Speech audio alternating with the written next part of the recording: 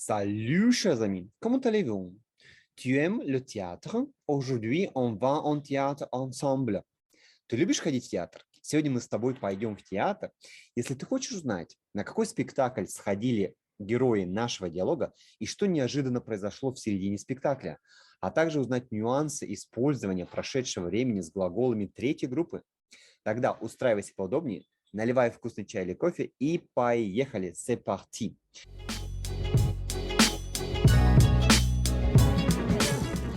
Привет, друзья! Меня зовут Дмитрий, и добро пожаловать на мой канал для всех любителей иностранных языков и на наш курс по французскому языку. Французский язык легко и быстро по диалогам. Всего за 50 диалогов. Вместе со мной мы пройдем этот путь и уже проходим от нуля до уверенного владения французским языком на уровне А2. И ты сможешь пользоваться французским языком в повседневной жизни, в повседневных ситуациях, и будешь делать это легко, интересно и с удовольствием. Если ты впервые на моем канале и хотел бы проделать этот путь вместе в нашем крутом сообществе любителей французского языка, тогда не забудь подписаться на мой канал, сделай красную кнопку серой, не забудь нажать на колокольчик, чтобы не пропустить новые видео на моем канале, ну и, конечно, лайк, если тебе нравится французский язык и ты с удовольствием на нем говоришь. Окей, on attaque. Начинаем. Занятие номер 37. Давай по традиции с тобой послушаем предыдущий диалог, чтобы проверить, насколько хорошо ты его отработал. Поехали. 36e leçon. Les secrétaires. Une femme téléphone au bureau de son mari. Je voudrais parler à Monsieur Martin. Il est absent. Est-ce que je peux prendre un message? S'il vous plaît, je pars en voyage. Alors dites-lui que j'ai repassé ses chemises, j'ai fait le lit, j'ai envoyé les enfants chez sa mère et j'ai laissé un repas dans le frigo. Très bien, madame. Je vais lui dire. Qui est à l'appareil? Une femme rencontre par hasard la secrétaire de son mari. Je suis très heureuse de vous connaître, mademoiselle. Mon mari m'a dit si peu de choses sur vous. Отлично. Если вдруг ты не все понял, ты знаешь, что нужно сделать. Вернуться к диалогу 36 и его несколько раз проработать. В идеале работать 3 раза. Сегодня первый раз свежий диалог, завтра мы слушаем и послезавтра. Тогда ты очень качественно его проработаешь. Окей, а сейчас новый диалог. Поехали. 37e leçon. Une soirée au théâtre. Jean et Marie-Claude vont au théâtre pour voir une pièce qui s'appelle « L'amour, toujours l'amour ». Ils arrivent au théâtre à 8h15, un quart d'heure avant le lever du rideau. Ils trouvent leur place et s'installent. La pièce commence.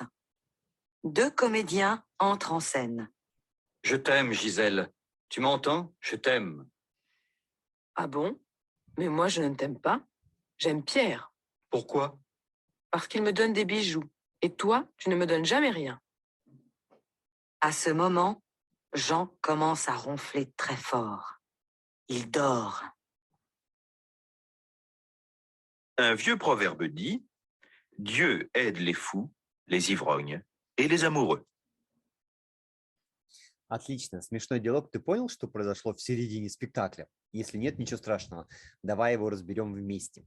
Итак, диалог называется «Une soirée au théâtre». Soirée – вечер. Вообще ты знаешь слово soir, есть еще форма soirée, об этом чуть позже. Когда мы имеем в виду весь вечер в продолжительности, в длительности, был хороший вечер, мы используем форму soirée. La soirée – то же самое утро. Le matin – это просто утро, а утро полностью утро, как промежуток времени, это будет la matinée. Итак, une soirée au théâtre. Вечер в театре. Jean et Marie-Claude vont au théâtre. Жан и Мари-Клод идут, глагол aller идти, идут в театр pour, чтобы, или можем не переводить как чтобы.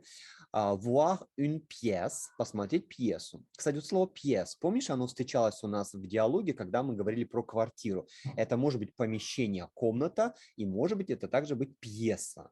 Я думаю, что и в русский язык это слово пришло из французского, либо из латинских языков, потому что pièce, пьеса.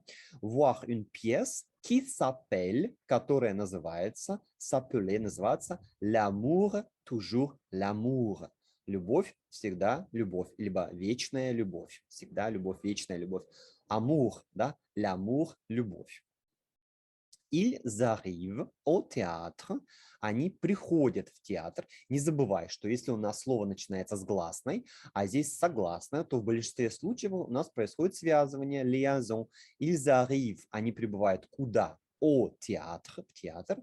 А 8 heures, так же как 8, час, у нас происходит 8 heures, как одно слово, а 8 heures écart.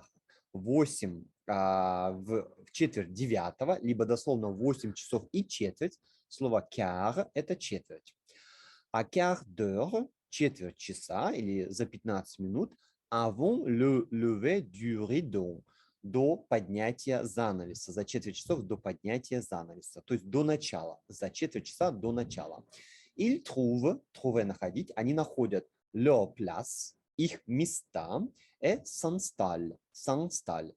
S'installer – это размещаться, устраиваться, возвратный глагол, да, se было бы se installer, но так как installer начинается с гласной, у нас теряется. S'installer – размещаться, устраиваться.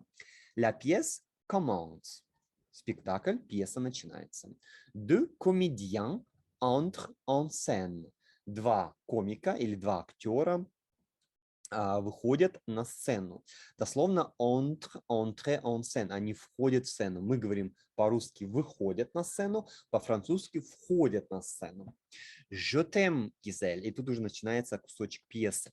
Je t'aime, Гизель. Я тебя люблю, Гизель. Эту фразу, я думаю, ты знаешь. Tu m'entends, глагол attendre, слышать. Слушать, écouter, когда ты слушаешь. Ты слушаешь фильм или ты слушаешь радио, а attendre – это услышать, слышать. Tu m'entends, ты меня слышишь. Je t'aime. Я тебя люблю. Наверное, самые важные слова, которые можно сказать своей половинке. По-французски это je t'aime. А bon? По-моему, эта фраза у нас уже встречалась. Ага, вот как. А bon? Mais moi, je ne t'aime pas. Я тебя не люблю. Ne pas. Конструкция, да, отрицание. J'aime Pierre. Я люблю Пьера. Pourquoi? Pourquoi? Почему? Parce qu'il, потому что, parce que, потому что, но так как il, он начинается с гласной, у нас que, да, теряется. Parce qu'il me donne des bijoux, он мне дает или дарит, да, дословно, кстати, давайте, бижутерию, не путайте, бижу по-французски это драгоценности, ювелирные изделия, он мне дарит драгоценности, ювелирные изделия, tu ne me donnes jamais rien. Ты мне никогда ничего не даришь. Так как у нас есть тут отрицание jamais, никогда, rien, ничего, то pas не надо, да, как вот здесь tu ne t'aimes pas, je ne t'aime pas. Вместо pas у нас jamais и rien. À ce moment, в этот момент, Jean commence à ronfler très fort. Что происходит с мужем, да, этой девушки? Жан начинает храпеть. Commencer à, начинать что-то делать. Всегда будет à. Commencer à faire quelque chose. Он начинает храпеть, ronfler très fort, очень сильно храпеть. Il dort, он спит, то есть он заснул. Ronfler, храпеть. И заканчивается диалог фразой, да, поговоркой. Avieux proverbe dit. Proverbe dit. Старая пословица говорит. Dieu, Бог, aide les fous. Бог помогает безумцам. Les ivrognes, пьяницам. Et les amoureux. И влюбленным. Les amoureux. Как ты думаешь, к чему относится данная пословица? Почему авторы методики Асимиль эту поговорку сюда в конец разместили? Мне интересно сравнить твое мнение с моим мнением. Итак, диалог. Сейчас давай потренируем произношение. Как всегда, читай громко вслух сразу же за диктором. вместе практически, либо можешь ставить на паузу и в удобном для себя режиме произносить громко вслух, стараясь имитировать произношение. Это очень важно читать вслух и стараться имитировать дикторов. Поехали. 37e leçon. Une soirée au théâtre. Jean et Marie-Claude vont au théâtre pour voir une pièce qui s'appelle L'amour, toujours l'amour. Ils arrivent au théâtre à 8h15, un quart d'heure avant le lever du rideau. Ils trouvent leur place et s'installent.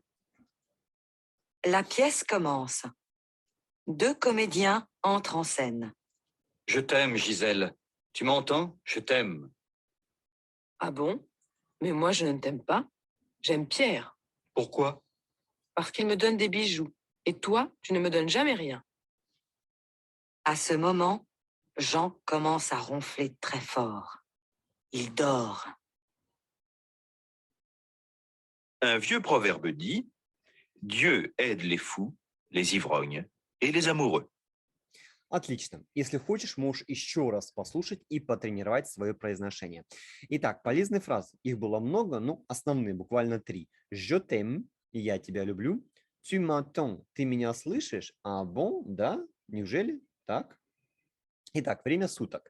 Там у нас встречалось слово soirée, то есть они проводят вечер. Смотри, просто вечер – это le soir, la nuit – ночь, le matin – утро. Например, il se lève tôt le matin.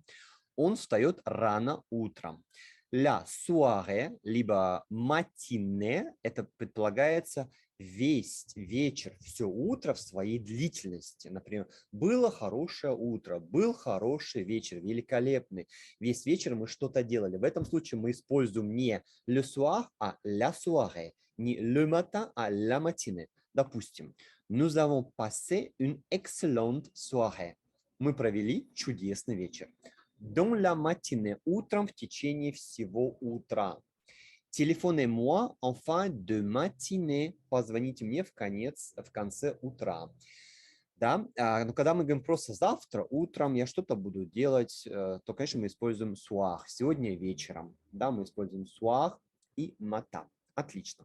Идем дальше. Про отрицание. Я уже сказал, еще раз повторим. Если у нас есть отрицание jamais, rien, personne, никто, то второе pas они замещают собой. Например, je ne comprends rien. Ты можешь сказать, я не понимаю. Как будто я не понимаю. Je ne comprends pas. Я не понимаю. Je ne comprends rien. Я ничего не понимаю. Il n'écoute pas. Он не слушает, а il n'écoute jamais. Он никогда не слушает. Да? То есть jamais, rien, personne замещают собой pas. Итак, а сейчас поговорим про нюансы. На прошлом занятии мы с тобой начали говорить про нюансы использования некоторых глаголов в прошедшем времени, потому что очень важно качественно освоить прошедшее время. Сегодня мы поговорим о глаголах третьей группы, которые заканчиваются вот на это, имеют это окончание, да? Ой и ах, да? Например, глагол voir, смотреть. Давай я тебе его прочитаю. J'ai vu, tu as vu, il, elle, on a vu, nous avons vu, vous avez vu, ils, elles ont vu. В отрицании. Je n'ai pas vu, tu n'as pas vu, il, elle, on n'a pas vu, nous n'avons pas vu, vous n'avez pas vu, ils, elles n'ont pas vu. То есть тебе надо запомнить, что глагол voir в прошедшем времени, participe passé, будет vu, и глагол avoir. Avoir плюс форма vu. И, кстати, сейчас, читая тебе вслух, я хочу тебе сказать, я об этом, по-моему, не говорил. Да, старайся читать вслух не только диалоги, а, допустим, спряжение глаголов. Я тебе уже рекомендовал брать один глагол, его спрягать в прошедшем, в настоящем времени, а потом себя проверять по онлайн-спрягателю. Таких очень много. Например, babla.ru, там можешь найти, либо также reverso.net, там тоже есть спрягатель. Их очень много, и они все качественные. И читай вслух, спряжение написал, проверил себе, читай вслух, очень полезно. Твои мышцы и твой рот будет запоминать форму произношения, форму написания и грамматику в том числе. И потом ты вроде бы подзабыл, но твой рот будет вспоминать, как же я это произносил. Это маленький лайфхак. Больше читай вслух. И старайся делать правильно, читать и с произношением, с интонацией.